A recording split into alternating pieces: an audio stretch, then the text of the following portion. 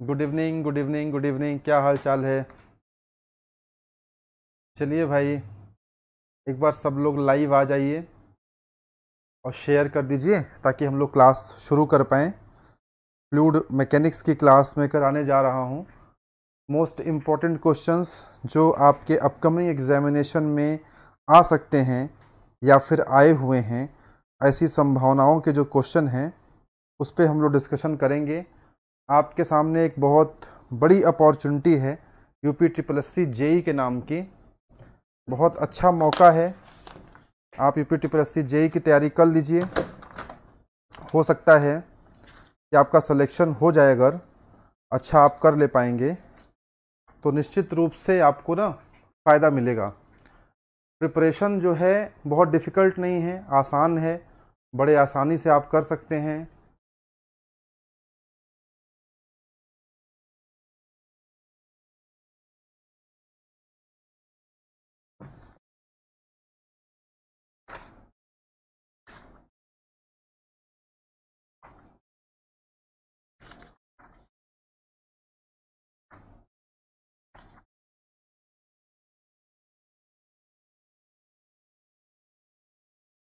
ठीक है, तो मैं ये कह रहा था कि UPSSC JEE के लिए आप लोग बहुत ध्यान से प्रिपेयर करिए क्योंकि एक बहुत ही अच्छा अपॉर्चुनिटी आपके लिए है। ठीक है, अभी हम लोग फ्लूइड मैकेनिक्स के क्वेश्चंस कर रहे हैं। जैसा कि आपको पता है कि अलग अलग टॉपिक के अलग अलग क्वेश्चंस हम लोग लगवा रहे हैं।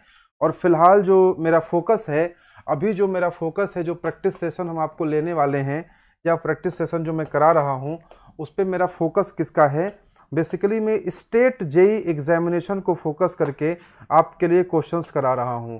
अभी हमारा जो FM का या फिर हाइड्रोलिक का जो प्रैक्टिस सेशन है, FM का या हाइड्रोलिक का जो प्रैक्टिस सेशन है, इस प्रैक्टिस सेशन को हम लोगों ने क्या किया है? इस प्रैक्टिस सेशन को हम लोगों ने फोकस किस पे किया है? हमने फोकस किया है स्टेट JEE और AE के क्वेश्चंस। क्या पढ़ाने वाला हूं मैं आपको? ज़्यादातर स्टेट JEE के क्वेश्चन और स्टेट AE के क्वेश्चंस। JEE के क्वेश्चंस ना आपस में एक्सचेंज होते रहते हैं। सारे ग्रुप में मैसेज डाल दीजिए हाँ कि क्लास स्टार्ट हो गई है। आप लोग भी जहां शेयर करते हैं शेयर कर दीजिए। तो स्टेट JEE और स्टेट AE का जो टेस्ट है ना वो जानना बहुत ज़रूरी है।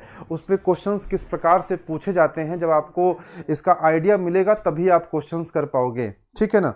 आपकी रणनीति बहुत अच्छी होनी चाहिए। मैं हमेशा एक बात कहता हूं कि आपको पता है कि जो सिलेक्शन होता है, देखिए बच्चों, जो सिलेक्शन है ना, ये सिलेक्शन में जो यस है, सिलेक्शन का जो एस है, तो बहुत लोग को लगता है कि ये एस जो है वो स्टडी के यस से पूरा हो जाएगा।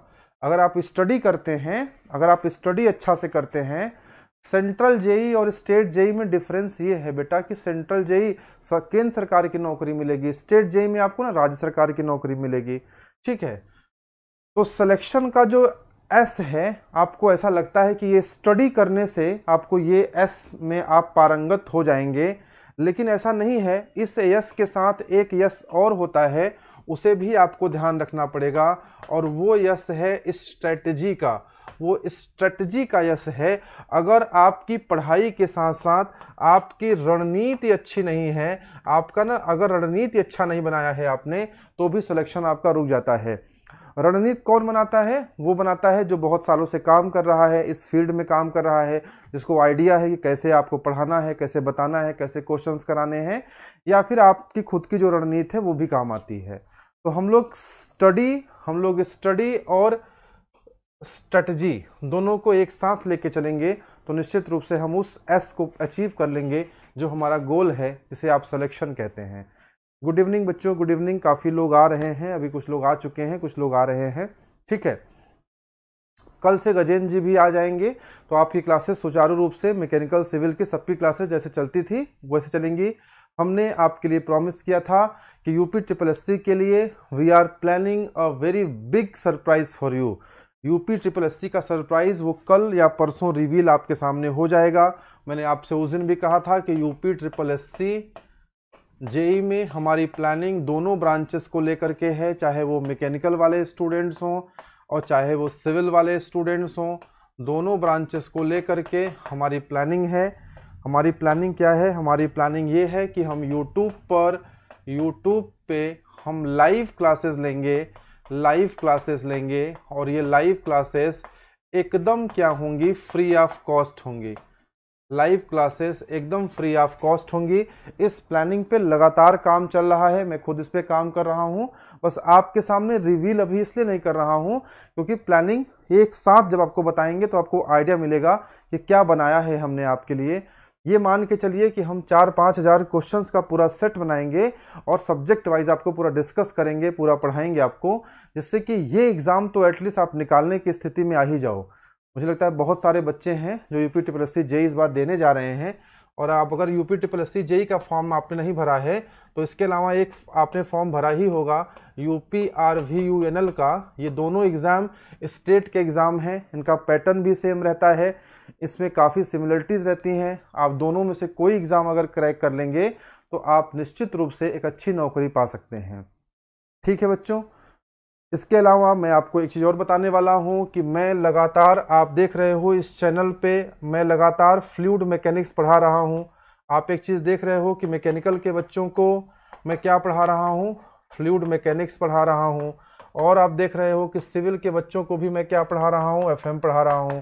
इसके अलावा मैं अब थर्मोडायनमिक्स भी शुरू करने वाला हूं जो कि मैकेनिकल के स्टूडेंट्स पढ़ेंगे। तो इसमें मैकेनिकल वाले कितने लोग हैं, ज़रा एक बार थम्स अप करके बताइए। सर UPRVUNL को भी ध्यान दीजिएगा। हाँ बिल्कुल ध्यान देंगे बेटा, बिल्कुल हमारे कंसिडरेशन में है। इसमें कितने लोग हैं जो मैकेनिकल के स्टूडेंट्स हैं जो थर्मोडायनामिक्स वाली क्लास में ज्वाइन करेंगे? गुड इवनिंग बच्चों, गुड इवनिंग। एक तो आज नेटवर्क का कोई बहुत इशू है, शायद जियो का नेटवर्क का इशू है, बार बार नेटवर्क आ रहा है जा रहा है, इसलिए बच्चे लाइव देख नहीं पा रहे। मेरे पास मैसेजेस आ रहे थे कि नेटवर्क का इशू है। जो लोग मैकेनिकल के बच्चे हैं ना, एक बार आप सब लोग मैकेनिकल के जो बच्चे हैं वो अपनी ब्रांच ज़रा लिखिएगा, अपनी ब्रांच लिख के कमेंट में बताइएगा कि कौन लोग मैकेनिकल के हैं, कौन लोग सिविल के हैं। मैकेनिकल वाले मैकेनिकल लिखेंगे, सिविल वाले सिविल लिखेंगे, ठीक है ना? ओके, जितने लोग हैं मैकेनिकल वाले वो मैकेनिकल लिखेंगे, जितने लोग हैं सिविल वाले वो सिविल लिखेंगे, तो मेरे को आइडिया मिलेगा कितने लोग मैकेनिकल के हैं, कितने लोग सिविल के हैं। ठीक है, तो आइए हम लोग क्लास की शुरुआत करते हैं। आप लोग एक काम करिए कि जो लोग मैकेनिकल के हैं वो मैकेनिकल लिख दीजिए, जो लोग सिविल के हैं वो सिविल लिख दीजिए। कल की क्लास में ना हम लोगों ने एक डिस्कशन किया था, क्या बताया था हमने आपको काइनेमेटिक्स और डायनामिक्स के बीच अंतर बताया था। एक बच्चा जो है ना वो थोड़ा सा कंफ्यूज था, उसने मेरे को फ़ोन किया था, तो उसका डाउट मैं यहाँ सॉल्व कर दे रहा हूँ, ठीक है ना? उसका डाउट मैं सॉल्व कर दे रहा हूँ। उसका ये कहना था, बच्चे का ये कहना था कि सर मेरे को ये थोड़ा नहीं समझ में आता है कि जैसे डायनामिक विस्कोसिटी है और इसको हम लोग डिवाइड कर देते हैं डेंसिटी से, तो ये क्या बन जाता है? ये बन जाता है काइनेमेटिक विस्कोसिटी। सर ये ऐसा क्यों हो जाता है? बच्चे का क्वेश्चन था कि सर हम जब dynamic with fully concept and JE GATE ESC level सब कुछ क्वेश्चंस मिलेगा यहाँ? बिल्कुल मिलेगा, निश्चित रूप से मिलेगा। ठीक है ना? आर्यन जी काउंट करिएगा कितने बच्चे मैकेनिकल कितने सिविल के हैं, नाम और उनका आगे लिख लीजिएगा, ठीक है, ताकि हम अलग से इंटरेक्ट कभी करना चाहे तो कर लें। तो देखिए बच्चा ये करता है कि डायनामिक विस्कोसिटी म्यू को अगर हम डिवाइड कर दें डेंसिटी रो से तो फिर काइनेमेटिक विस्कोसिटी क्यों मिल जाती है? तो यही बात तो कल समझाए थे ना बेटा। इसमें क्या होता है, इसमें एक kg होता है, इसमें भी एक kg है और इसमें भी एक kg है, तो kg से kg कट गया। जैसे आप नहीं पढ़ते हो, जैसे आप वो पढ़ते हो ना एक्सटेंसिव और इंटेंसिव प्रॉपर्टी, तो क्या पढ़ते हो कि एक्सटेंसिव प्रॉपर्टी को अगर हमने मास से डिवाइड कर दिया या हमने वॉल्यूम से डिवाइड कर दिया तो हमें क्या मिलता है? इंटेंसिव।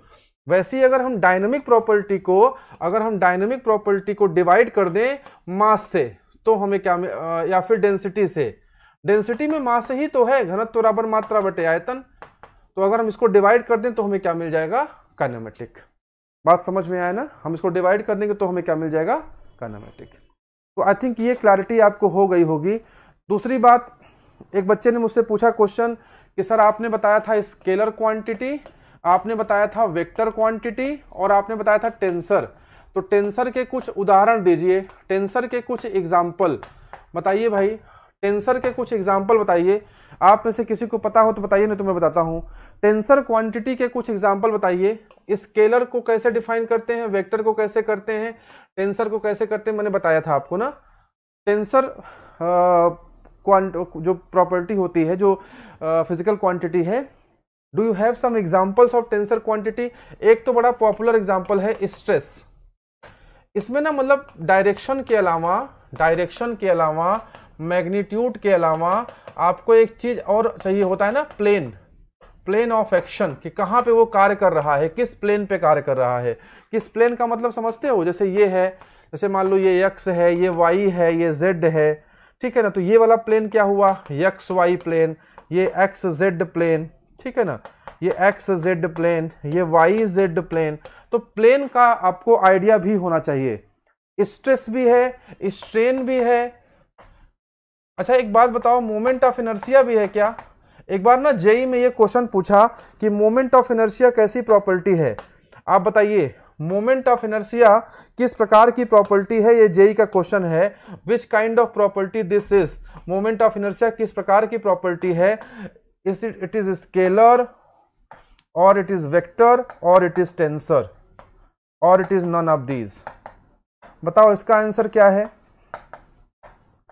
ये बड़ा इंपॉर्टेंट जब देखो थोड़ा इस तरह से घुमाता है एग्जाम में ना, तो आप कंफ्यूज हो जाते हैं हमेशा। जहां घुमाया तहां कंफ्यूज आप हुए। मोमेंट ऑफ इनर्शिया किस तरह की प्रॉपर्टी है? मोमेंट ऑफ इनर्शिया किस तरह की प्रॉपर्टी है? इज इट स्केलर और वेक्टर और टेंसर? तो बच्चों देखो मोमेंट ऑफ इनर्शिया जब आप निकालते हो तो क्या करते हो? देखो आई एक्स एक्स अलग निकालते हो ना, आई वाई वाई अलग निकालते हो, यानी प्लेन अलग अलग प्लेन निकालते हो, अलग अलग प्लेन पे। तो मोमेंट ऑफ इनर्शिया भी क्या है? टेंसर क्वांटिटी है। ये क्वेश्चन आया था ना तो बड़े बड़े लोग हिल गए थे। बात समझ में आया? क्वेश्चन आया मोमेंट ऑफ इनर्शिया, आप वही रट के जाते हैं, आप तो वही रट के जाते हैं। आप मतलब वो बच्चे जो रट के गए थे, जो बच्चे रट के गए थे वो क्या रटे थे? वो रटे थे कि भैया वो स्ट्रेस जो है वो टेंसर है। क्वेश्चन पूछ लिया स्ट्रेस को मारो गोली, तुम बताओ कि मोमेंट ऑफ इनर्शिया क्या है? उसने कहा कि मोमेंट ऑफ इनर्शिया बताओ। बच्चे तो कहे सर हम तो रट के आए थे स्ट्रेस, सर हम तो स्ट्रेस रट के आए थे, हमारे गुरुजी भी रट के आए थे, बताए थे कि स्ट्रेस होता है।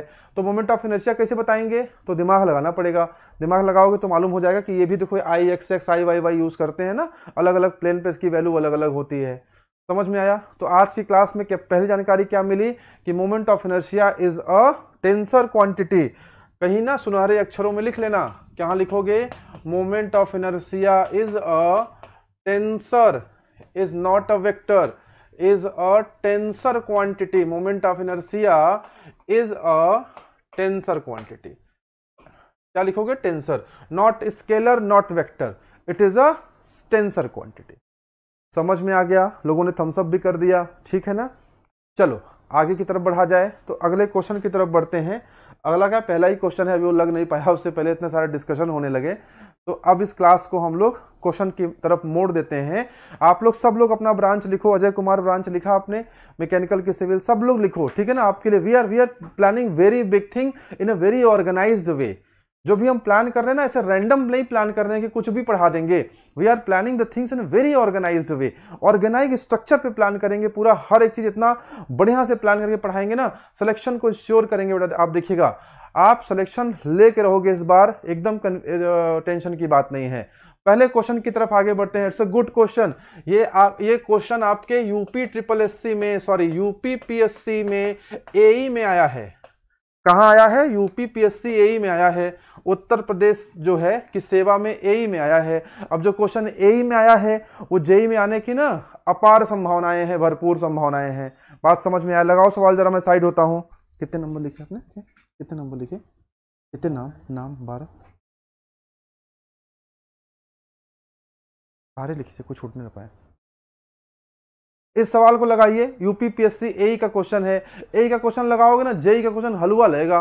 कुछ नहीं है जेई के क्वेश्चन में, थोड़ा सा अपर लेवल के क्वेश्चन लगवाइए, एडवांस लेवल के क्वेश्चन लगाइए। ये क्वेश्चन भी बहुत सिंपल है। अगर कॉन्सेप्ट क्लियर है तो क्वेश्चन में कोई दम नहीं होता। 16 दोनों, ठीक है। सवाल क्या कह रहा है, ध्यान से पढ़िए। Water flows in 2x2 centimetre rectangular duct. Rectangular duct है, डक्ट के बारे में मैंने बताया था आपको ना। डक्ट जो है जैसे पाइप होती है ना, ऐसे ही डक्ट होता है। अब दीवार पे ना पाइप लगाने में दिक्कत होती है, वो सर्कुलर क्रॉस सेक्शन होता है। डक्ट का जो क्रॉस सेक्शन होता है ना, ये रेक्टेंगुलर होता है, तो इसको लगाना आसान है। डक्ट की जो क्रॉस सेक्शन है वो इस तरह से होता है, तो इसको लगाना आसान होता है। ये देखो इस तरह से होता है, इसको लगाना आसान है, तो यहाँ से पानी वानी फ्लो करेगा या जो भी फ्लो कराओ दूसरे साइड निकलेगा। तो water flows in a 2x4। 2x4 का मतलब है कि 2 × 4 इसका एरिया दिया हुआ है। Rectangular duct eight 16 metre per second, यानी एरिया दिया हुआ है और वेलोसिटी भी दी हुई है। एरिया और वेलोसिटी जब एक बार ऐसे इस तरह से देना, जब ऐसा दे तो आपको बू आनी चाहिए। आपको किस चीज़ की बू आनी चाहिए कि लगता है ना, ये देखो सेंटीमीटर में है ना, तो इसको सेंटीमीटर में स्क्वायर लिखेंगे। जब एरिया दे रहा है, वेलोसिटी दे रहा है, तो आपको ना एक बू आनी चाहिए। किसकी बू आनी चाहिए कि भैया लगता है ना ये A1V1 बराबर A2V2 लगवाएगा। इसका मन लग रहा है ना, A1V1 बराबर A2V2 लगवाएगा। तो इसको A1 लिख दो, इसको A2 लिख दो, और यहाँ पे देखो 2 चौके 8, 8 के बाद देखो सेंटीमीटर में है ना, तो इसको मल्टीप्लाई कर लोगे, 10⁻⁻4 हो जाएगा, तो ये मीटर स्क्वायर हो जाएगा। अच्छा, अब ध्यान देना, अब क्या कह रहा है, ध्यान देना। अब ये कह रहा है कि डक्ट जो है वो अंडरगोज, डक्ट के बारे में कह रहा है, बढ़िया बात लिखी है इसने, डक्ट अंडरगोज अ ट्रांजिशन। अच्छा, कितने बच्चे हैं ना वो तो इसी में मर जाएंगे। कितने बच्चे हैं हम देखते हैं ना, जैसे ही क्वेश्चन का लैंग्वेज चेंज किया हमारे बच्चे तुरंत एकदम लेट जाते हैं एग्जामिनेशन हॉल में कि गुरुजी बहुत डिफिकल्ट पूछ लिया। कह रहा है ना कि अंडरगोज अ ट्रांजिशन, ट्रांजिशन हो रहा है। ट्रांजिशन का मतलब है चेंज हो रहा है, संक्रमण हो रहा है, चीजें बदल रही हैं। क्या हो रहा है, टू अ 6 मीटर डायामीटर। ये जो डक्ट था ये आगे क्या हो गया, मतलब पहले ये ऐसे था और ये जिसका ट्रांजिशन हमने किया तो अब ये डाया है, इस तरह की पाइप हो गई। अब ये डाया दिया हुआ है, अब ये डाया दिया हुआ है। कितना डाया दिया हुआ है, D = 6 सेंटीमीटर दिया हुआ है। अब डाया देने का मतलब है, डाया देने का मतलब कब है, इंजीनियरिंग में जब डाया देता है ना तो डाया नहीं दे रहा है, वो आपसे कह रहा है कि बेटा तुमको डाया दिए, तुम एरिया निकाल लो। ठीक है, इंजीनियरिंग में जब डाया देता है उसका मतलब है कि डाया नहीं दिया है, वो तुमसे कह रहा है एरिया निकालो बेटा, तुम भी तो कुछ करोगे ना। तो A = कितना हो जाएगा, π/4d²। कितना निकाल लोगे, π/4d, मतलब यार 6 सेंटीमीटर। 6 सेंटीमीटर गुणित 6 सेंटीमीटर, ये आपका एरिया आ गया। इस वाले एरिया को ना आप मीटर स्क्वायर में कन्वर्ट करने के लिए 10⁻⁻4 से मल्टीप्लाई कर देना। अगर आप मुझसे ये उम्मीद करते हैं कि मैं सब छपवा दूंगा और आप छाप लेंगे सुनहरे अक्षरों में, तो उम्मीद छोड़ दीजिए, चाहे तो क्लास छोड़ दीजिए, चाहे तो उम्मीद छोड़ दीजिए। हाँ, अगर ये उम्मीद करते हैं कि मैं सिखा दूंगा, आप सीख लेंगे और जेई बन जाएंगे, तो उम्मीद बनाए रखिए और लगे साथ में पढ़ते रहिए। उसके बाद वेलोसिटी पूछ रहा है, उसके बाद वेलोसिटी पूछ रहा है, यानी A1 दे दिया, सॉरी A2 दे दिया और V2 पूछ रहा है। बहुत सिंपल हो गया, फॉर्मूला लगाओगे A1V1 बराबर A2V2। क्या आंसर आएगा बोलो, लगा के सवाल बताओ जरा, क्या आंसर आएगा। A1V1 बराबर A2V2 लगाओ, क्या आंसर आएगा बताओ जरा फटाक से। बहुत सिंपल क्वेश्चन है, बहुत सिंपल है, लगा के बताओ कितना आएगा। बहुत सिंपल है, अगर इसको नहीं लगा पाए ना, अरे कॉन्टिन्यूटी इक्वेशन तो जानते होगे, यू नहीं जानते तब कैसे तैयारी करोगे। अल्लाह, कॉन्टिन्यूटी इक्वेशन क्या होता है, ρ1 A1 V1 = ρ2 A2 V2। ρ1 = ρ2 दिया है बराबर रो दिया है, क्योंकि फ्लूइड कैसा है, फ्लूइड आपका इनकम्प्रेसिबल है, कंप्रेसिबल नहीं है। तो फॉर्मूला क्या हो जाएगा, A1 V1 = A2 V2।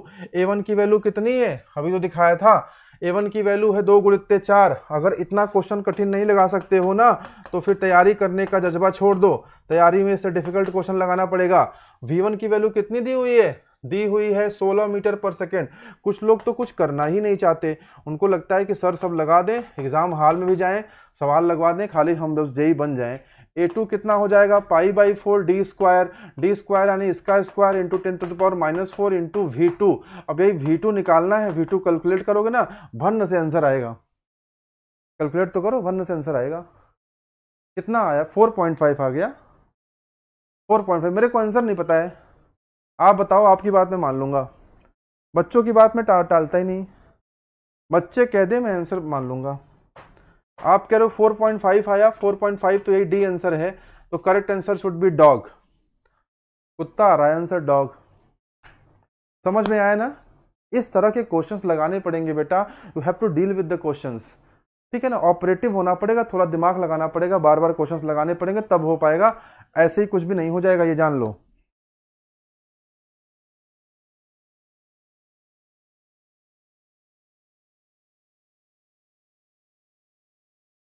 समझ रहे हैं ना, एक एक क्वेश्चन को बार बार लगाना पड़ेगा, एक एक क्वेश्चन को बार बार लगाना पड़ेगा, तभी प्रैक्टिस बनेगी। भन्न से आंसर मिल गया, मिल गया ना, आ जाएगा आंसर, आना ही है भैया, कहीं नहीं जाएगा। कॉन्सेप्ट क्लियर होना चाहिए, कैलकुलेशन मिस्टेक नहीं होनी चाहिए, सिली मिस्टेक अवॉइड होनी चाहिए, कंसंट्रेशन यहाँ होना चाहिए, दिमाग कहीं किसी और पे ना हो सवाल लगाते समय। आंसर का आना तय है 110%। अगले क्वेश्चन की तरफ आगे बढ़ते हैं। अगला question, loss of head in the pipe due to various pipe fittings such as valves couplings expressed as. अब देखो ना, ये स्टेट का क्वेश्चन है, ये आपके स्टेट का क्वेश्चन है, ये आपका UP triple S C JE का ही क्वेश्चन है, ये जेई लेवल का क्वेश्चन है, यूपी का है, यूपी ट्रिपल एस सी का ही है, तो UP triple S C JE level का क्वेश्चन ये है। क्वेश्चन में क्या है, अब पूछ रहा है ना कि हेड लॉस, देखो पाइप फ्लो का क्वेश्चन है। अब जरा ना अंतर समझना, पाइप फ्लो में यूजुअली जो क्वेश्चन बनते हैं वो बनते हैं मेजर लॉस पे, ध्यान से समझना। अगर आप गेट का एग्जाम देंगे ना, अगर आप ईएस का एग्जाम देंगे, एई का एग्जाम देंगे, तो अमूमन क्वेश्चन कहाँ बनते हैं, मेजर लॉस पे।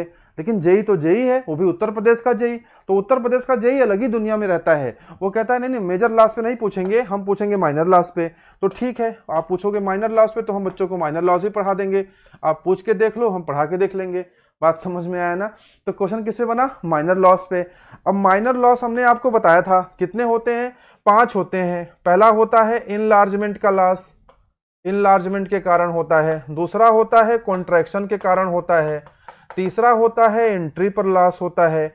चौथा होता है एग्जिट पर लॉस होता है। और पांचवा जो है वो ना बेंड के कारण होता है या फिटिंग्स के कारण होता है, ये सारे होते हैं। अमूमन ना जो क्वेश्चन आता है बच्चों वो इस पे आता है, इन चारों पे। लेकिन ये तो जेई है, और जेई भी किसका जेई, यूपी का जेई है, तो यूपी का जेई तो अलग ही बात करता है ना, तो अलग बात करता है, तो उसका क्वेश्चन भी अलग ही होगा। तो वो किससे पूछेगा, बेंड पे पूछेगा। तो बेंड का आंसर ये होगा kv²/2g। You should be very much clear about the type of question which is being asked inside the examination. आपको ये पता होना चाहिए किस एग्जाम का क्या पैटर्न है, कैसे क्वेश्चन पूछता है, ये सारा नॉलेज रहेगा तभी तो एग्जाम क्रैक कर पाओगे ना बच्चा लोग। अरे समझ में आ रहा है कि मैं खाली ऐसे ही चिल्ला रहा हूं, पूरी बतिया पकड़ पा रहे हो तुम लोग, बोलो बताओ जरा फटाफट। Which of the following is not a minor loss, minor loss कौन सा नहीं है बताओ। लॉस कितने होते हैं, हेड लॉस कितने होते हैं, ठीक है ना, हेड लॉस कितने होते हैं, एक मेजर लॉस होता है और एक माइनर लॉस होता है।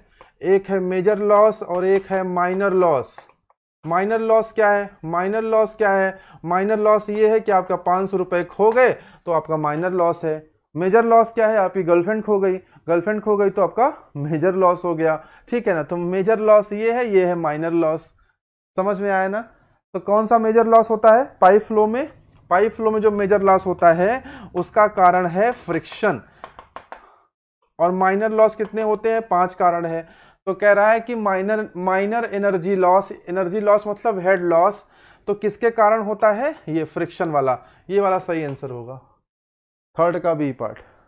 समझ रहे हो ना, major loss minor loss all that, समझ रहे हो नहीं, बोलो यार। समझ के पढ़ रहे हो कि खाली पढ़ के समझोगे बाद में, बोलो।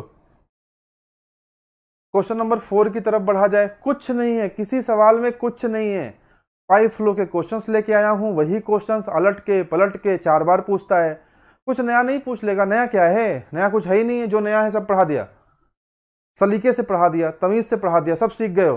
क्वेश्चन लगाओ, ये वाला क्वेश्चन एक बार ना इसी क्लास में मैं ये क्वेश्चन लगवा चुका हूं, ठीक है ना, यही क्वेश्चन एक बार क्लास में लगवा चुका हूं, फिर से क्वेश्चन आ गया है। लगाओ जरा, क्वेश्चन नंबर 4 क्या होगा बताओ, बताओ मुझे लगा के क्वेश्चन नंबर 4 क्या होगा, फटाक से बताओ, देर नहीं लगनी चाहिए, बोलो क्या होगा। फॉर्मूला तो इसका याद ही होगा, F1L1 D1 के power 5 is equal to F2L2 D2 के पावर 5। बट चाहिए मेरे को आंसर चाहिए इसका, ये मत सोचो कि नहीं आंसर ABCD कुछ भी कर देंगे, आंसर निकालो, बताओगे तब आगे बढ़ेंगे, समझ में आया ना। F1 की वैल्यू कितनी दी हुई है, F1 की वैल्यू दी हुई है 0.015। L1 की वैल्यू कितनी दी हुई है, L1 की वैल्यू दी हुई है 200 मीटर। D1 की वैल्यू कितनी दी हुई है 200 mm। बोलो यार, 200 mm को कैसे चेंज करोगे, किस में करोगे, मीटर में कि मिलीमीटर में? बोलो भैया। सारी वैल्यू पुट करोगे तुरंत आंसर आएगा, कोई डिफिकल्ट बात नहीं है, कैलकुलेशन केवल करना है बस। ए का क्वेश्चन है, जेई में आएगा ना, डिक्टो छापेगा, डिक्टो। बहुत सारे क्वेश्चन आप देखना, बहुत सारे क्वेश्चन तो ऐसे मिलेंगे आपको कि कुछ करना भी नहीं रहेगा। बहुत सारे क्वेश्चन आपको ना मेरी क्लास से सीधे उठा के आपको मिल जाएंगे। मैं कभी कहता नहीं हूँ ये सब बातें कि मेरी क्लास के क्वेश्चन सीधे एग्जाम में आते हैं, सारे के सारे आएंगे, सारे के सारे। कहीं क्यों नहीं कहता हूँ क्योंकि मैं पूरा सिलेबस पढ़ाता हूँ, अपने आप क्वेश्चन आ जाएगा एग्जाम में यार सिलेबस से। बात समझ पा रहे हो ना? क्या आंसर होगा इसका? हाँ, आंसर सबको याद आ रहा है, 8000 मीटर आएगा इसका आंसर। यही फॉर्मूला है, सब वैल्यू वैल्यू दिया हुआ है, कन्वर्जन वर्जन करो, लगा दो, आंसर 8000 मीटर आएगा। पहले भी एक बार ये क्वेश्चन डिस्कस कर चुका हूं मैं। आज देखो इस क्वेश्चन में फिर से ये मेरे सामने आ गया, क्वेश्चन की हिम्मत देखो, पहले एक बार लगवाया फिर से आ गया, तो फिर से लगा लिया, कोई बड़ी बात तो है नहीं। हाँ, समझ गया समझ गया, 4 का डी है। चलो 5 लगाओ, 5 लगाओ, 5। रेनॉल्ड नंबर पूछा है क्या शायद 5 पे ना? कह रहा है an oil flows through a pipe at a velocity of 1.0 metre per second, the pipe is 45 metre long and इतना इसका डाया है, what is the head loss due to friction. अच्छा, हेड लॉस पूछा है, हेड लॉस 5 में head loss पूछा है। 5 लगाओ बच्चों, 5 डिफिकल्ट नहीं है, आसान क्वेश्चन है, बोलो।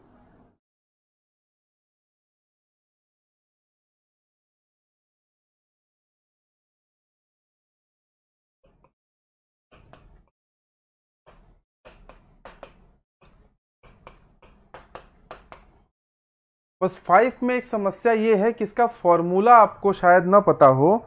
ये क्वेश्चन असल में लैमिनार फ्लो का है ना, ये फॉर्मूला आपको लगाना पड़ेगा 32 mu VL upon D square into rho into g. अब इसमें समस्या ये है कि ये फॉर्मूला आप लगाओगे कैसे, यही कंफ्यूजन है। क्वेश्चन लैमिनार का है कि टर्बुलेंट का है, कुछ पता नहीं है, क्वेश्चन में कुछ दिया नहीं है, nothing is given, nothing given, कुछ भी नहीं दिया है, क्वेश्चन है किसका। तो इस क्वेश्चन में आप क्या करोगे, सबसे पहले रेनॉल्ड नंबर निकालोगे। बात समझ में आया ना? सबसे पहले क्या करोगे, रेनॉल्ड नंबर निकालोगे, रो वी डी अपॉन म्यू से। जब रेनॉल्ड नंबर आ जाएगा ना, तो रेनॉल्ड नंबर की वैल्यू देखोगे कि इसकी वैल्यू आ कितनी रही है, जरा निकालो कितनी वैल्यू आ रही बताओ। इसकी वैल्यू ना 1600 के आसपास आएगी, जहां तक मुझे याद आ रहा है क्वेश्चन लगाते समय, इसकी वैल्यू 1600 तक आएगी। 1600 इसकी वैल्यू आ रही है, मतलब ये फ्लो कैसा है, लैमिनार। अब ये सिद्ध हो गया कि फ्लो लैमिनार है, तब आप ये वाला फॉर्मूला लगा सकते हो। थोड़ा सा क्वेश्चन झन्नाटेदार था, इतना आसान नहीं था। समझ में आ रहा है कि नहीं? आप ना ऐसे अप्लाई नहीं कर सकते कि कौन सा हम फॉर्मूला लगाएं। ये हम लेमिनार फ्लो पढ़ाएंगे तो ये फॉर्मूला आपको पढ़ाएंगे, ठीक है ना? सब पढ़ाएंगे लेमिनार फ्लो को, पाइप फ्लो जब होता है उस कंडीशन, उसे हेजन पॉइजली फ्लो कहते हैं। तो ये फॉर्मूला जो है आप कब लगा सकते हो, जबकि फ्लो लेमिनार हो और ये बात फिक्स हो जाए। ये बात फिक्स होने का मतलब कि रेनॉल्ड नंबर निकालना पड़ेगा। तो ये जो कुछ डेटा दिया हुआ है ना, ये सब किसके लिए दिया हुआ है कि पहले आप रेनॉल्ड नंबर निकालो, जैसे ही रेनॉल्ड नंबर का मान 2000 से कम आ जाएगा तब आप ये वाला फॉर्मूला फट से लगा दोगे। अरे समझ में आ रहा है? कुछ लिख के बताओ, थम्स अप करो भाई। इस क्वेश्चन में जो डेटा दिया हुआ है उससे आपको पहले रेनॉल्ड नंबर निकालना पड़ेगा। जब रेनॉल्ड नंबर निकाल लोगे तब जाकर के आप ये फॉर्मूला लगा पाओगे। ये तो मैंने लगाया है क्वेश्चन, इसलिए मुझे याद है, ठीक है, मैं बता दे रहा हूं। जब निकालोगे वैल्यू तो 1600 के समथिंग आएगी, 1600 या 1601 ऐसे आएगा। जब ये आएगा तो ये मतलब कौन सा फ्लो हो गया, 2000 से कम है तो फ्लो लैमिनार हो गया। अब फ्लो लैमिनार हो गया तब आप ये फॉर्मूला लगा सकते हो। क्वेश्चन डिफिकल्ट नहीं है, थोड़ा सा ना घुमाया है, घुमाएगा तो है ही ना, नहीं घुमाएगा तो जेई कैसे बनोगे? पहले क्वेश्चन घुमाएगा, फिर तुम लोग जेई बन जाओगे, फिर तुम लोग फिर जनता घुमाओगे, तब फोन करेंगे जेई साहब ये काम है, कहोगे 3 बजे आना। 3 बजे पहुंच जाएंगे तो कहोगे 3 ही बजे आ गए, लेट से नहीं आ सकते थे? अगर लेट से आएंगे तो कहोगे कि लेट से आते हो, ऐसी भारत विकास करेगा? तो तुम लोग भी घुमाओगे ना जेई बनने के बाद, तो पहले घूमो क्वेश्चंस में फिर घुमाओ। जितने लोग लाइव हैं अपनी ब्रांच जिन्होंने नहीं लिखी है अपनी ब्रांच लिखिए। दीपक केसरी आपकी कौन सी ब्रांच है बेटा? शैल कुमारी आपकी कौन सी ब्रांच है? जितने लोग लाइव हैं सब अपना ब्रांच लिखिए। आर यू फ्रॉम मैकेनिकल और सिविल इंजीनियरिंग? अपनी ब्रांच लिखिए जो लाइव लर्नर्स हैं। शैल कुमारी आपकी क्या ब्रांच है? दीपक केसरी आपकी क्या ब्रांच है? रोहित ने तो बता ही दिया है। बेबी कुमारी आपकी क्या ब्रांच है? बेबी आप भी लिखो। अच्छा, जितने ना लाइव लर्नर्स हैं सब लिखें।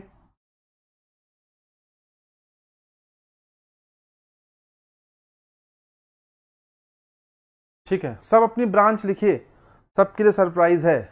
दीपक कुमार मैकेनिकल के हैं, राम बच्चन मैकेनिकल के हैं, शैल कुमारी भी मैकेनिकल के हैं, नोट कराइए। सतीश कुमार पटेल भी मैकेनिकल के हैं। अच्छा, मैकेनिकल वाले ज़्यादा हैं क्या इसमें? ठीक है, तब तो हम लोग फिर बोलेंगे कि हमारे चाचा जेई साहब हैं। हाँ, चाचा हमारे विधायक हैं, बोलता है ना। तो मैकेनिकल वाले तो काफ़ी लोग हैं। थर्मोडायनेमिक्स पढ़ना चाहते हो तुम लोग? बेबी कुमारी, रवि यादव भी मैकेनिकल के हैं, अरे नोट करिएगा। बेबी कुमारी भी मैकेनिकल के हैं। आप लोग थर्मोडायनेमिक्स पढ़ना चाहते हो मैकेनिकल वालों? मन है पढ़ने का? है थर्मोडायनेमिक्स पढ़ने का मन है? Zeroth law, first law, second law, third law, बोलो भैया। तो ये सवाल लगा लेना, इसका आंसर कितना आएगा बता देना हमको। कितना आंसर आएगा? कोई लगाया है? 5 का लोग कह रहे हैं ये पार्ट आएगा, बहुत अच्छा बात है। देखो तुम लोग सवाल लगाते हो ना, मुझे ये बात बहुत अच्छी लगती है तुम लोग की, कि आप ट्राई करते हो। आप ट्राई करते हो, ये बात बहुत अच्छी है। जो ट्राई करता है ना वो हमेशा एक दिन चीज़ों को फतेह कर लेता है। ठीक है ठीक है ठीक है, practice only, yes yes, practice ही कराएंगे, बट प्रैक्टिस में भी बहुत कुछ सिखा देंगे आपको थर्मोडायनेमिक्स में। प्रैक्टिस तो आप करेंगे but you can feel the concept as well. तो क्वेश्चन लगाया करो, घर पे ना बैठे हो आप, लगाया करो क्वेश्चन जरूर। चलिए, head loss at the entrance of the pipe. Pipe के इंट्रेंस पे हेड लॉस क्या होता है? ये क्वेश्चन मैंने अपनी क्लास में बताया था एक दिन। कैसे बताया था? इंट्रेंस पे निकालना है, बोलो क्या होगा? इंट्रेंस पे निकालना है ना, इंट्रेंस पे निकालना है, बोलो क्या होगा? यानी कि पाइप इस तरह से है और ये इंट्रेंस है, यही तो इंट्रेंस है, यही तो इंट्रेंस है ना। इंट्रेंस या फिर एंट्री पर यहीं पे हेड लॉस निकालना है। तो आप देखो ना, पानी यहां से आ रहा है ना, पानी यहां से देखो आ रहा है, पानी यहां से आ रहा है, यानी अगर आप देखो तो फिर पानी यहां हो जा रहा है, इस जगह पहुंच जा रहा है। तो देखो पहले एरिया कितना बड़ा था ना, पहले इतना बड़ा एरिया था, अभी एरिया छोटा हो गया। तो ये किसका केस बनेगा? जो एंट्रेंस पे हेड लॉस बनेगा वो किसका केस बनेगा? वो केस बनेगा कॉन्ट्रैक्शन का। और कॉन्ट्रैक्शन के केस में फॉर्मूला कितना होता है? 0.5 v²/2g। The correct answer is B part. जो पढ़ाए हैं सब रिकनेक्ट हो रहा है कि नहीं? दीपक मंडलोई आपका क्या है ब्रांच बेटा? दीपक आपका क्या है? दीपक मंडलोई सिविल है, अच्छा आपका, ओके। जो पढ़ाते हैं हम आपको ना समय समय पे कभी कभी क्लास में थोड़ा एक्सप्लेन करने लगते हैं। हाँ, तो आपको लगता है गुरुजी तुम्हारे बेवकूफ़ हैं, ऐसे बता रहे हैं। अरे गुरुजी बेवकूफ़ नहीं है, कितने बेवकूफ़ों को जेई बना दिया गुरुजी ने। तो वो सब काम आएगा, ठीक है, मुझे पता है कौन सा कहाँ काम आएगा। ठीक है, जैसे आज अभी रेनॉल्ड नंबर पे बताऊंगा, अभी लेमिनार फ्लो, टर्बुलेंट फ्लो पे बताऊंगा, बहुत सारी बातें, सब काम आएगा, कहीं ना कहीं जरूर काम आएगा। ठीक है ना? तो कंसेप्ट जरूर सीखा करो, जो गुरुजी पढ़ा रहे हैं ध्यान से पढ़ा करो, वो बड़ा काम आएगा, उसको नोट कर लिया करो। नोट्स बनाते हो कि नहीं तुम लोग? कुछ नोट्स बनाते हो जो काम की चीजें मिलती हैं, कहीं लिखते विखते हो कि सब ऐसे ही सब चल रहा है? हाँ बोलो, अगला क्वेश्चन बताओ। For the viscous flow the coefficient of friction, ध्यान देना, कोफिशिएंट ऑफ फ्रिक्शन पूछा है, फ्रिक्शन फैक्टर नहीं पूछा है, इस बात का ध्यान देना। बहुत बच्चे गलती करते हैं, कोफिशिएंट ऑफ फ्रिक्शन पूछा है, फ्रिक्शन फैक्टर नहीं पूछा है, इस बात का ध्यान रखा जाए माय लॉर्ड। क्या पूछा है? फ्रिक्शन फैक्टर नहीं पूछा है, कोफिशिएंट ऑफ फ्रिक्शन पूछा है, इस बात का विशेष ध्यान रखा जाए। बोलो भैया। हाँ बनाते हैं ना, बनाओ बनाओ, फायदा है, नहीं बनाओगे तुम्हारा ही घाटा है, मेरा क्या जाएगा, मुझे तो सब याद है। ठीक है, फ्रिक्शन फैक्टर पूछा है, बताओ जरा क्या होगा फ्रिक्शन फैक्टर? विस्कस फ्लो है ना, विस्कस फ्लो, विस्कस फ्लो का मतलब है कैसा फ्लो है? Laminar flow. देखो कितनी बढ़िया बात है ना, कितना कुछ कोरिलेट करता है। विस्कस फ्लो का मतलब लेमिनार फ्लो है, और लेमिनार फ्लो में कोफिशिएंट ऑफ फ्रिक्शन की वैल्यू देखोगे ना, अगर इसमें हम कोफिशिएंट ऑफ फ्रिक्शन की वैल्यू देखोगे तो मैं तो इसको एफ डैश लिखता हूं, आप लोग क्या लिखते हो मुझे नहीं पता, तो मैं एक काम करता हूं ना, मैं इसको कोफिशिएंट ऑफ फ्रिक्शन ही लिख देता हूं, मैं कोफिशिएंट ऑफ फ्रिक्शन ही लिख देता हूं, और इसकी वैल्यू होती है 16/RE, लेकिन फ्रिक्शन फैक्टर की वैल्यू नहीं होती है ये। अच्छा बताओ अगर मैं तुम्हें लेमिनार फ्लो के लिए, अच्छा बताओ अगर लेमिनार फ्लो के लिए कोफिशिएंट ऑफ फ्रिक्शन की जगह मैं आपसे पूछूं फ्रिक्शन फैक्टर की वैल्यू क्या होगी, तब क्या बताओगे, बताओ जरा। इसको ना मैं क्या करता हूं, इसको मैं एफ डैश से लिखता हूं, एफ प्राइम, इसको मैं लिखता हूं एफ प्राइम, प्राइम मतलब एफ डैश, कंफ्यूज मत हो जाना कि प्राइम क्या हो गया गुरुजी, ये कौन सी चीज है, और इसको मैं एफ से लिखता हूं, तो एफ इज इक्वल टू जितना जानते हो कितना होता है 4 into F dash, 4 into F dash यानी 4 एफ डैश। यहां से निकालोगे तो कितना हो जाएगा, अगर एफ निकालोगे कितना हो जाएगा, एफ डैश की वैल्यू हो जाएगी 4 गुणित 16/RE, यानी कितनी हो जाएगी 64/RE। तो इस बात का ध्यान रखा जाए माय लॉर्ड, किस बात का ध्यान रखा जाए भैया, इस बात का विशेष ध्यान रखा जाए कि आपसे पूछा क्या है, अगर आपसे फ्रिक्शन फैक्टर पूछा है तो आप क्या बताओगे 64/RE। ये तो अच्छी बात है कि जेई वाले इतने आसान क्वेश्चन बनाते हैं कि कोई ऑप्शन 64/RE है ही नहीं तो सीधे सीधे सबसे पहले ए पार्ट में देना चाहिए 64/RE, ताकि तुम लोग कंफ्यूज हो और क्वेश्चन गलत करके आओ। बोलो समझ में आ रहा है ना, ऑप्शन आसान है, ऑप्शन आसान है, आसान नहीं होना चाहिए, ऑप्शन थोड़ा डिफिकल्ट होना चाहिए, तब तो मजा आएगा। तो laminar flow, coefficient of friction की वैल्यू, ये सब बातें समझ में आती हैं आप लोगों को कि नहीं आती हैं, बोलो।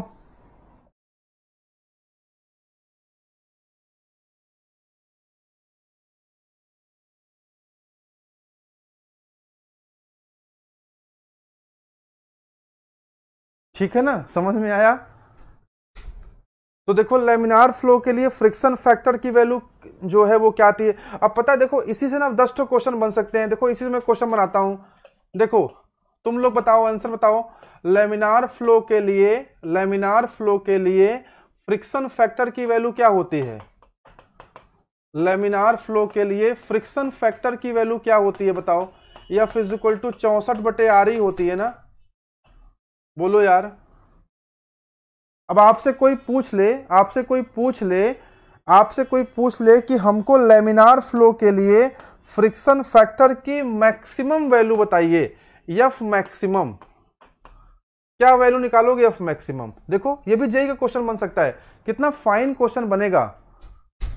आप अगर पेपर सेट किए तो हम गए, हाँ हम नहीं करते, हमसे 10 गुना जो अलग तरह के लोग हैं ना वो करते हैं, हमसे 10 गुना जो दिमागी लोग हैं कठिन सेट करने वाले वो करते हैं।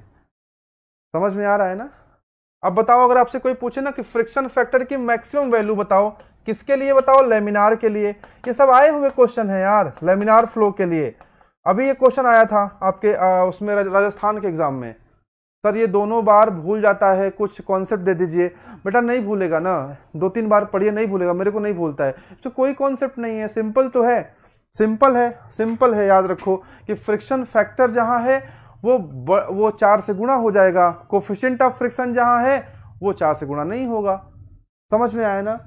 अब बताओ एफ मैक्स निकालना है, एफ मैक्स कब होगा, एफ मैक्स तब होगा कि लेमिनार की वो वैल्यू जिसमें रेनॉल्ड नंबर की वैल्यू मैक्सिमम होती है। तो लेमिनार फ्लो में रेनॉल्ड नंबर की मैक्सिमम वैल्यू कितनी होती है, 2000 होती है। बोलो यार यही तो पढ़े हो, क्या क्वेश्चन है, सारे दिमाग के ढक्कन खोल देगा, ना टीचर कोई बताएगा ना स्टूडेंट कोई पढ़ता है। इसीलिए ना कॉन्सेप्ट हमेशा वीक रहता है, इंसान बेवकूफ का बेवकूफ बना रहता है, कहता सिलेक्शन नहीं हो रहा। ऐसे क्वेश्चन लगाओ ना, आपसे कोई एफ मैक्सिमम पूछ रहा है, फ्रिक्शन फैक्टर की मैक्सिमम वैल्यू पूछ लिया, अरे फ्रिक्शन फैक्टर की मैक्सिमम वैल्यू कहां मिलेगी, लेमिनार में मिलेगी, लेमिनार में पूछ ही रहा है। और लेमिनार में इसकी वैल्यू मैक्सिमम कहां मिलेगी, जहां रेनॉल्ड नंबर मैक्सिमम मिलेगा। और रेनॉल्ड नंबर की मैक्सिमम वैल्यू कितनी होती है 2000। रेनॉल्ड नंबर की मैक्सिमम वैल्यू 2000 होती है। भाई इसके बाद तो ट्रांजिशन हो गया ना, फिर तो टर्बुलेंट हो गया, समझ में आ रहा है ना? तो कितना रखोगे बोलो, यहां कितना रख दोगे? 64/2000, 32.032। This is the beauty of fluid mechanics my dear friend, this is the beauty. Direct question आएगा, डायरेक्ट क्वेश्चन आएगा, व्हाट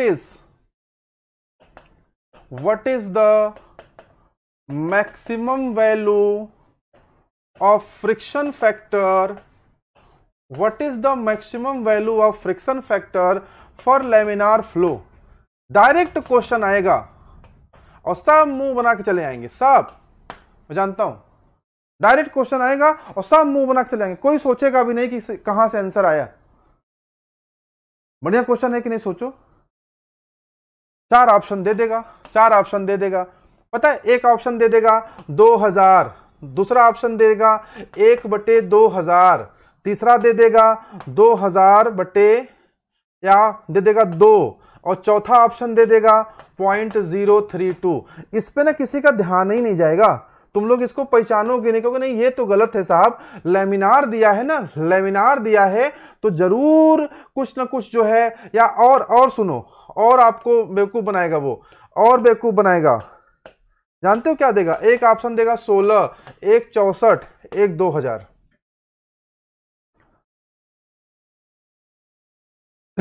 तुम लोग क्या करोगे? कहोगे हाँ सुना था फ्रिक्शन फैक्टर ना कुछ जो है 16/RE होता है या 64/RE होता है। तो यार तुम यहां एक बार सोचो कि यहां लगाएं क्या, फिर सोचो कि यहां लगाएं क्या। मैंने देखा है बच्चों को, एक बार सोचते हैं ए लगा दें, फिर सोचते हैं बी लगा दें, फिर उनको समझ नहीं आता ए लगाएं कि बी लगाएं, फिर आंख बंद करते हैं, हनुमान जी को 1.25 पाव लड्डू मान लेते हैं, और उसके बाद जो मना वो लगा देते हैं।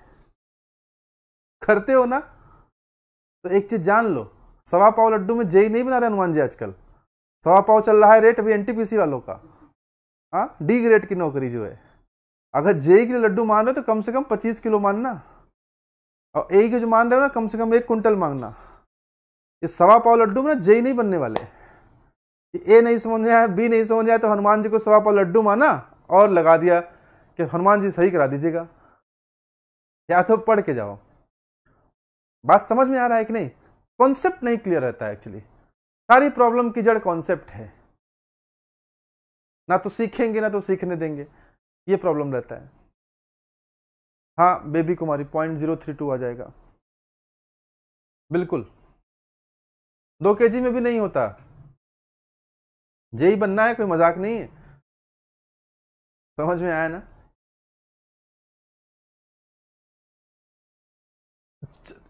ये क्वेश्चन क्या है ना, ये थोड़ा सा क्वेश्चन यार हीट ट्रांसफर का है, मतलब बहुत क्वेश्चन तो अच्छा है, बट इसका कोई बहुत सिग्निफिकेंस आपके जेई एग्जामिनेशन में नहीं दिखता है, क्वेश्चन भी नहीं दिखता है, तो इस क्वेश्चन को मैं स्किप कर दे रहा हूं।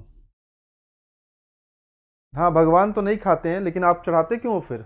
ये जिस दिन मालूम हो जाए आप लोगों को ना कि भगवान लड्डू नहीं खाते हैं, उस दिन तो फिर लड्डू वालों का व्यापार ही बंद हो जाएगा। लड्डू जो है जो बिकता है मंदिर के पास, वो लड्डू आप भगवान जी को चढ़ाते हो, वो इकट्ठा होता रहता है, 4 घंटे बाद देखो वो लड्डू फिर उसी लड्डू की दुकान पे पहुंच जाता है। पूरी साइकिल चल रही है। आपको लगता है कि लड्डू चढ़ा दिया, अब भगवान जी बैठ के खा रहे होंगे शाम में शाम तक वो पूरा का पूरा लड्डू उसी लड्डू वाले के दुकान पे पहुंच जाता है, और फिर वो आप लेते हो और फिर चढ़ता है, और फिर यही सर्कुलेट होता रहता है, सर्किल यही बनी हुई है, और आप मार प्रसन्न हो 1.25 पाव लड्डू मान दिए हैं। समझ में आया ना? तो ये जो, खैर ऐसी बात करने वाले को लोग पसंद नहीं करते, हाँ, और ये अच्छी बात थोड़ी है। हम जहाँ आस्था होती है ना, वहाँ हम कमज़ोर पड़ जाते हैं, वहाँ हम तर्क नहीं लगाते। तर्क और आस्था में कभी ना दोस्ती नहीं होती है। अगर आप तर्क लगाओगे तो आपकी आस्था तुरंत टूट जाएगी। भगवान को लड्डू चढ़ाना चाहिए, जब तक आप चढ़ा रहे हो चढ़ाते रहिए। जिस दिन आपने तर्क लगाया कि लड्डू चढ़ाएंगे, कौन खाएगा, ये कहाँ जाएगा, इसका क्या बेनिफिट है, क्या फायदा क्या नुकसान, उस दिन से आपकी आस्था टूट जाएगी। तर्क और आस्था में लड़ाई होती है ना, तो कोई एक नुकसान होता है, और मनुष्य का जो जीवन है ना वो आस्था पे चलता है, तर्क पे कम चलता है। तो ठीक है, मुझे कोई ऐसी आपत्ति नहीं है, मैं खुद जाता हूँ लड्डू चढ़ाता हूँ भले आपको बता रहा हूँ, तो ठीक है, कोई बुराई वाली बात नहीं है। क्वेश्चन नंबर 9 आपके स्क्रीन पे है। 9 का आंसर कुछ लोग दे रहे हैं क्या? 9 का आंसर कुछ लोग दे रहे हैं डी पार्ट।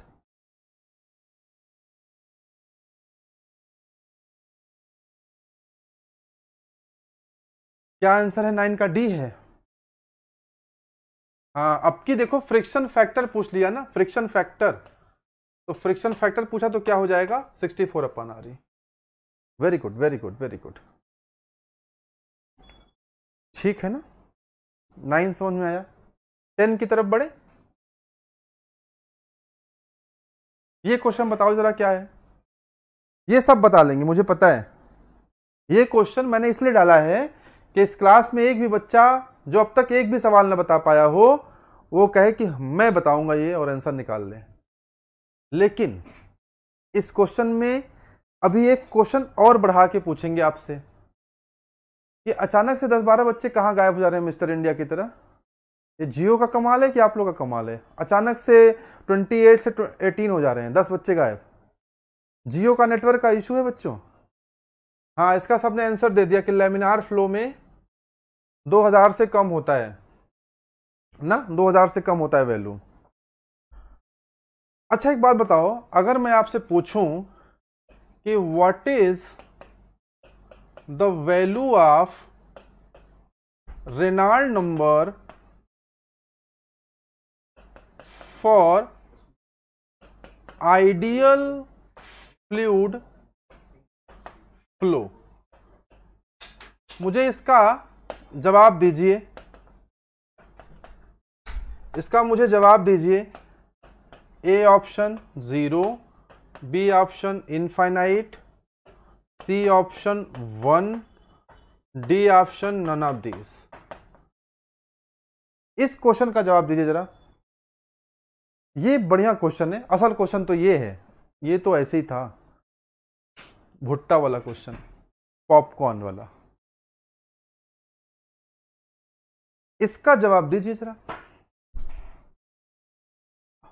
डीआरडीओ में आया था ये क्वेश्चन, कुछ नहीं है, 15 सेकंड का क्वेश्चन है। 15 सेकंड नहीं, ज्यादा बोल दिया, 5 सेकंड का, 5 सेकंड का क्वेश्चन है, कुछ दम नहीं है।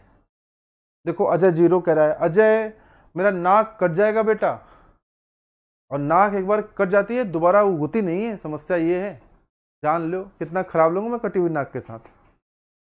हाँ, फिर देखो रोहित भी 0 कह रहा है। सतीश कुमार पटेल, पटेल जी नाक कटवाने पे क्यों तुले हैं? रेनॉल्ड नंबर का फॉर्मूला लिखो ना, क्या फॉर्मूला होता है बोलो। अरे भैया, रेनॉल्ड नंबर का फॉर्मूला क्या होता है? रो वी डी अपान म्यू होता है। अरे भैया, जब हमने कह दिया कि आइडियल फ्लूइड है ना, तो आइडियल फ्लूइड के लिए म्यू इज इक्वल टू 0 हो गया। अगर म्यू इज इक्वल टू 0 यहां पुट करोगे तो Reynold number is equal to हो जाएगा, ये जो कुछ भी लिखा है वो कुछ अपॉन 0, और किसी चीज में 0 से डिवाइड करते हो तो इनफाइनाइट बनता है ना। This is the beauty of the fluid mechanics. Are you enjoying my dear friends और नॉट? मजा आ रहा है कि नहीं? ऐसा क्वेश्चन देखा, ऐसा ऑब्जर्वेशन देखा कभी? बताओ, ऐसा कभी देखा कि पहली बार? ऐसा पहली बार हुआ है 17-18 सालों में? हाँ, ये ऐसा होता रहा है? बोलो भाई, कितने लोग ऐसे क्वेश्चन हमेशा देखते थे, उनके पास ऐसे टीचर्स हमेशा थे, ऐसा क्वेश्चन हमेशा आता था कि फर्स्ट टाइम हो रहा है। ऐसे ऑब्जर्वेशंस करना बहुत जरूरी है, ऐसे क्वेश्चंस लगाना बहुत जरूरी है, इस तरह से फील करना बहुत जरूरी है if you want to crack the examination.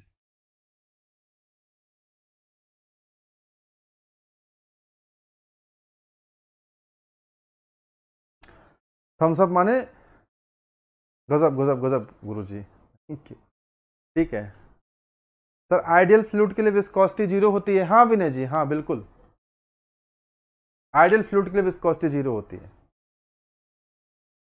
Thermodynamics शुरू कर रहा हूं मैकेनिकल के बच्चों के लिए। सिविल के बच्चे तो अभी फ्लूइड चल ही रहा है ना, फ्लूइड तो भी चलेगा। अभी लेमिनार फ्लो है, टर्बुलेंट फ्लो है, अभी फ्लूइड में कई सारे टॉपिक बाकी है ना। बात समझ में आया ना? लेमिनार फ्लो है, टर्बुलेंट फ्लो है, ये तमाम चीजें हैं जो अभी आपका डायमेंशन एनालिसिस है। अभी बाउंड्री लेयर थ्योरी तो पढ़ाई थी, खैर वो तो हो गया था। अभी वर्टेक्स फ्लो है, फ्री वर्टेक्स है, फोर्स वर्टेक्स है, और इसके अलावा आपका वो है पंप है, टरबाइन है, इम्पैक्ट ऑफ जेट है, सब कराएंगे। Each and everything we will cover in this class only. परेशान होने की जरूरत नहीं है, कहीं जाने की जरूरत नहीं है, यहीं पढ़ो चुपचाप बैठ के, सब कराएंगे। Laminar flow is characterised by, laminar flow को कैसे कैरेक्टराइज करते हैं बताइए भाई, पर कैसे पहचानते हैं? और क्या कैरेक्टराइज्ड मतलब कोई बहुत डिफिकल्ट बात नहीं, कैसे पहचानते हैं? थोड़ी संख्या बढ़ाओ, तुम लोग ना शेयर नहीं करते हो। अगर एक बच्चा एक बच्चे से शेयर करे तो ये संख्या ना आप लोग ना 50+ संख्या कर दो। मेरे को सच बताऊं, ये अच्छा ही नहीं लगता कहना कि लाइक करो, सब्सक्राइब करो, शेयर करो, मेरे को लगता ही नहीं है, अच्छा ही नहीं लगता है। मैं मार्केटिंग एजेंट नहीं हूं, मैं टीचर हूं, और बच्चों को भी मैं चाहता हूं आप कस्टमर मत बनिए, आप स्टूडेंट बनिए। मेरे को बिल्कुल पसंद नहीं है। लेकिन पता है जब 50-60 लोग ना 100 लोग लाइव रहते हैं ना, तो स्क्रीन चलती हुई दिखती है तो थोड़ा अच्छा लगता है, फील होता है कि हाँ पढ़ा रहा हूं, आपका रिस्पॉन्स आ रहा है। जब कम बच्चे होते हैं तो जैसे ना लगता है कि सब कुछ फ्रीज सा है। आप एक बार 100 के अप्रॉक्स उसको पहुंचा दीजिए लाइव लर्नर, उसके बाद मैं कभी बोलूंगा ही नहीं कि आप लाइक करिए, सब्सक्राइब करिए, लर्नर बढ़ाइए, ये करिए वो करिए। मेरे को बिल्कुल पसंद नहीं है, I don't like this, because I am not a marketing person. मेरा काम टीचिंग है, पढ़ाना है, और आप कस्टमर नहीं हो, आप हमारे स्टूडेंट हो। बट एक बार ना आपको ट्राई करना चाहिए, अपने दोस्तों में शेयर करना चाहिए, अपने फ्रेंड से बोलना चाहिए कि आप लाइव आके क्लास लो। या तो मैं एक काम करूं कि क्लास को लाइव ही रखूं, रिकॉर्डिंग हटा दूं बाद में, तो सब लाइव आ जाएंगे। वो मैं करना नहीं चाह रहा हूं कि मुझे पता है बहुत सारे जॉब वाले बच्चे हैं, बहुत सारे जॉब वाले बच्चे हैं, वो शाम को देखते हैं, बाद में देखते हैं। सी होगा इसका आंसर 11 का ना, सिंपल सा क्वेश्चन है, कोई दम नहीं है ऐसा। So it's my request to all of you, please share the video, share this information that we are going to launch a free batch on YouTube for UP JEE।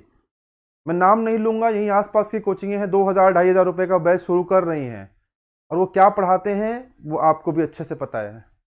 उनके आधे teacher यहाँ आके पढ़ते हैं हमारी क्लास में, बताते नहीं हैं, नोट्स देखना मिलेगा, ठीक है ना। और ये घमंड में नहीं कहता हूँ, ये मेहनत करके पढ़ाता हूँ इसलिए कहता हूँ। हर क्लास से पहले 6 घंटा पढ़ता हूँ, तब 2 घंटे क्लास प्रिपेयर करता हूँ। तो आप जो है ना शेयर करो एक बार लोगों से।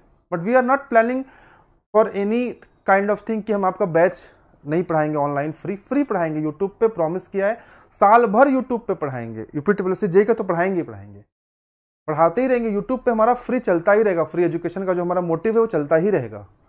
पेड बैचेस भी लॉन्च करेंगे, ऐसा नहीं करें पेड बैचेस नहीं लॉन्च करेंगे, पेड बैचेस भी लॉन्च करेंगे, बट फ्री में कहीं कोई चेंजेस नहीं होंगे।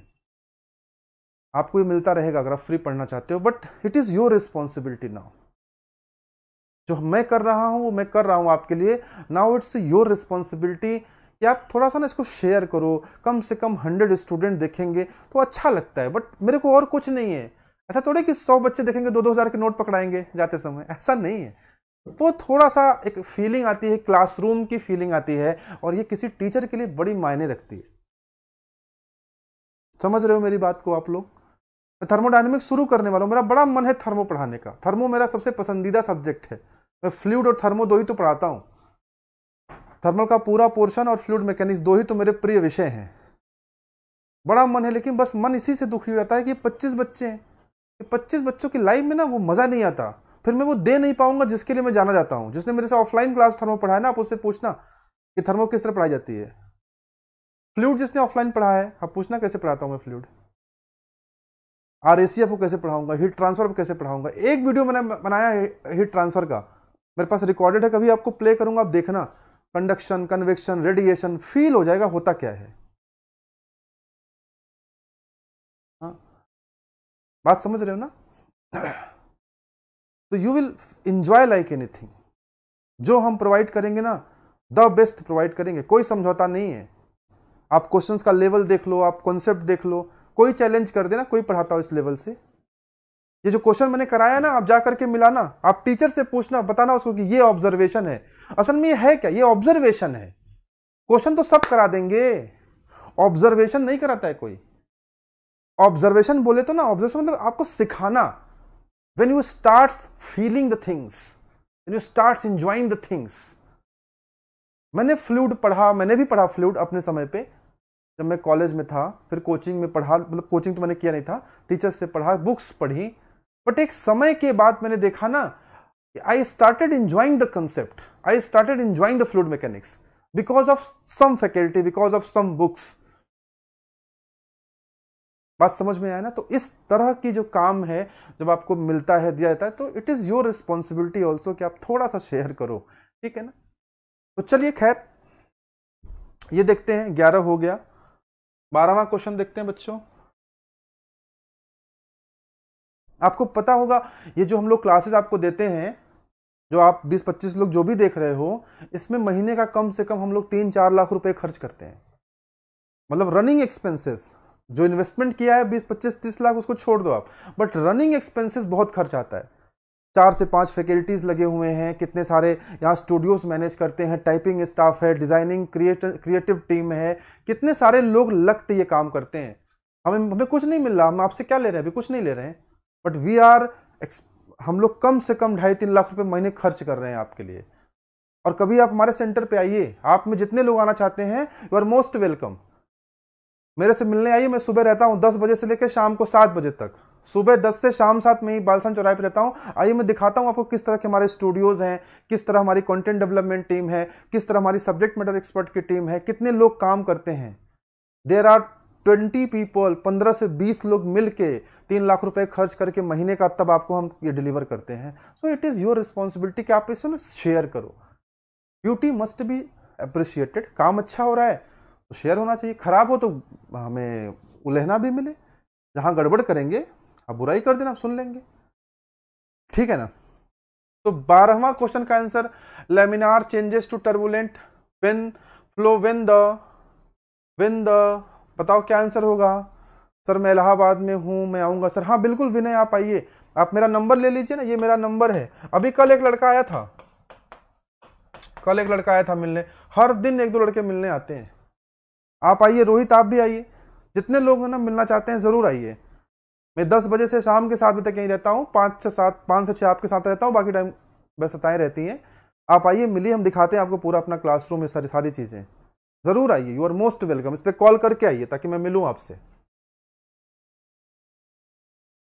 बोलो भाई क्या आंसर होगा इसका? सर मैंने छोटा बघाड़ा में रहता हूँ। हाँ छोटा बघाड़ा से तो पास में ही है, बालसन चौराहे पे हमारा क्लासरूम प्रोग्राम का जो ये है, ये भी है। और बहुत जल्द आपके सलोरी में भी हम लॉन्च करने वाले हैं। आपको एक सरप्राइज रिवील कर दिया हमने।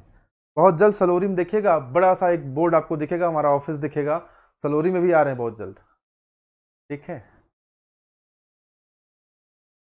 अभी ऑलरेडी हमारे क्लासरूम्स यहाँ बने हुए हैं बालसन पे, सलोरी में भी हमारा ऑफिस, हमारा क्लासरूम, वहाँ भी हम लॉन्च कर रहे हैं। ऑफलाइन क्लासेस हमारी वहाँ भी चलेंगी, यहाँ भी चलेंगी। ऑनलाइन तो यहाँ से चल ही रहा है, आप वहाँ भी मिलने आ सकते हैं। यहाँ तो मैं रहता ही रहता हूँ 10 से 7, सुबह 10 से शाम 7 तक मैं यहाँ रहता ही रहता हूँ। चलिए, तो क्या होता है भाई लैमिनार से टर्बुलेंट कब होता है? लैमिनार, देखो लैमिनार पे क्या है ना, लैमिनार पे क्या होता है कि रेनॉल्ड नंबर की जो वैल्यू होती है वो कम होती है। रेनॉल्ड नंबर की जो वैल्यू है ना वो कम होती है, 2000 से कम होती है। इसकी मैक्सिमम वैल्यू 2000 होती है। और टर्बुलेंट में क्या होती है? 4000 से बड़ी होती है। यानी जो छोटी वैल्यू है ना वो सिग्निफाई करती है कि रेनॉल्ड नंबर की वैल्यू कम है, तो बताता है कि लैमिनार है, और बड़ी वैल्यू है तो बताता है कि टर्बुलेंट है। समझ में आ रहा है ना? तो जब आप वेलोसिटी बढ़ाते हो, अगर आप बी पार्ट को ले लो, अगर आप वेलोसिटी बढ़ाते हो तो रेनॉल्ड नंबर क्या होता है? रो वी डी अपॉन म्यू। तो आप देखो ना, अगर आप वेलोसिटी बढ़ाओगे तो रेनॉल्ड नंबर बढ़ेगा, और रेनॉल्ड नंबर बढ़ेगा तो जो फ्लो है वो लैमिनार से कहां जाएगा? टर्बुलेंट में कन्वर्ट हो जाएगा। तो 12 का आंसर क्या हो जाएगा? बी पार्ट, ठीक है ना?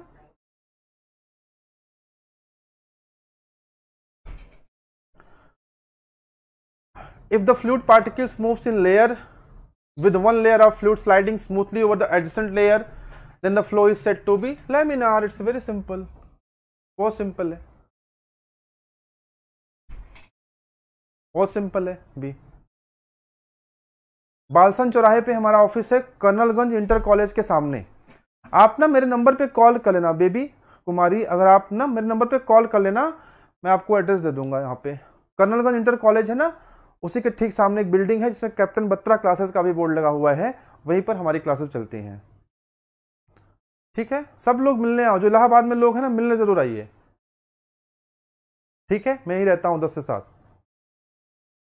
13 के बाद 14, the parameters which determine the friction factor of turbulence flow in a rough pipe are. Turbulent flow में वो कौन से पैरामीटर हैं जो क्या डिटरमिन करते हैं फ्रिक्शन फैक्टर टर्बुलेंट फ्लो में? कौन कौन से पैरामीटर हैं बताइए? सिंपल क्वेश्चन है, लेकिन इतना सिंपल भी नहीं है। अभी तो बताया है। अरे फ्रिक्शन फैक्टर है ना, तो फ्रिक्शन फैक्टर किस पे डिपेंड करेगा? बता तो दिया मैंने, फ्रिक्शन फैक्टर किस पे डिपेंड करेगा? रेनॉल्ड नंबर पे। कितनी बार बताया है मैंने इस सवाल को? फ्रॉड नंबर से कोई मतलब ही नहीं है, फ्रॉड नंबर से कोई मतलब ही नहीं है, मैक नंबर से कोई मतलब ही नहीं है, सिर्फ मतलब किससे है? रेनॉल्ड नंबर से। मैक नंबर से मतलब कहाँ आएगा? जहां हम कंप्रेसिबिलिटी की बात करेंगे। सर मैं मुंबई से आऊंगा मिलने, चॉकलेट लेने। हाँ जरूर, यू आर मोस्ट वेलकम दीपक, मुझे खुशी होगी। सर आप बालसन पर कहाँ रहते हैं, जगह बताइएगा। बालसन चौराहे पे कर्नलगंज इंटर कॉलेज के ठीक सामने हमारा ऑफिस है। कैप्टन बत्रा क्लासेस का भी बोर्ड लगा है, मेक माई करियर का भी बोर्ड लगा है बिल्डिंग पे।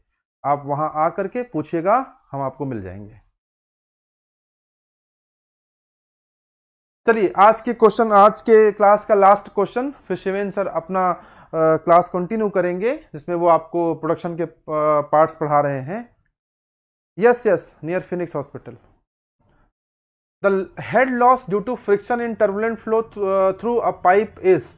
बताइए, ये तो बहुत सिंपल है, ये तो बहुत ही सिंपल से क्या बताएं? बताओ आंसर बताओ।